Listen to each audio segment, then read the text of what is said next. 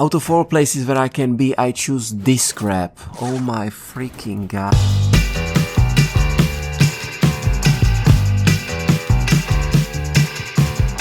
Blighten is one of those indie games I stumbled upon completely by accident on Twitter because someone I followed had just shared it.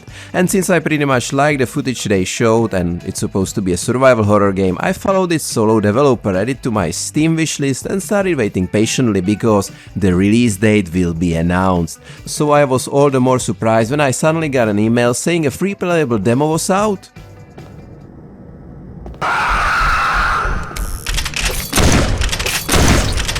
Look, it's a prototype, and I know, usually when I say prototype, what I'm really trying to say it's a terrible shit, and I just don't have the guts to say it out loud, but with Blighten, I really mean it. I see some pretty decent potential in the project, lots of good and interesting stuff, though some details still need to be polished. Actually, somehow it reminds me a bit of a shooter Death Trash, since it's probably running on the same engine when you compare them side by side.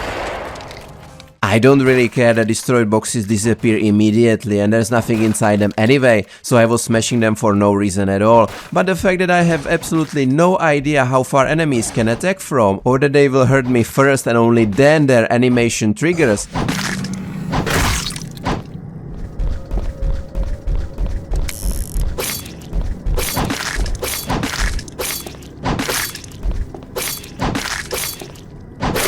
That, on the other hand, I do care about, and actually very much. Honestly, that's what pissed me off the most. Just like the fact that I don't have a map, so I get lost very quickly, and when I found a car for a lap, I have absolutely no idea where to actually use it, because all the doors look the same, and I tip my hat to the people who can figure out these labels. The last thing I absolutely didn't understand, the key bindings for weapons. Of course you can't change them right now, and see for yourself in the order you get them. Pistol, first aid kit, crowbar, shotgun, submachine gun. As intuitive as it gets.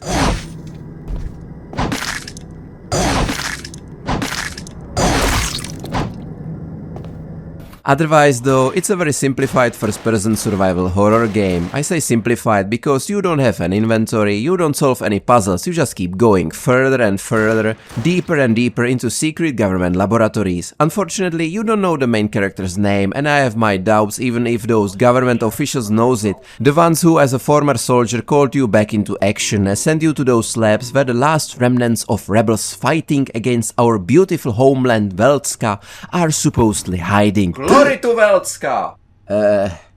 Yeah, of course, totally glory to Veltska. Apparently, experiments to bring that people back to life were conducted here not so long time ago, but those rebels, they are 100 times worse. Actually, I don't know, but my buddy Roman said so.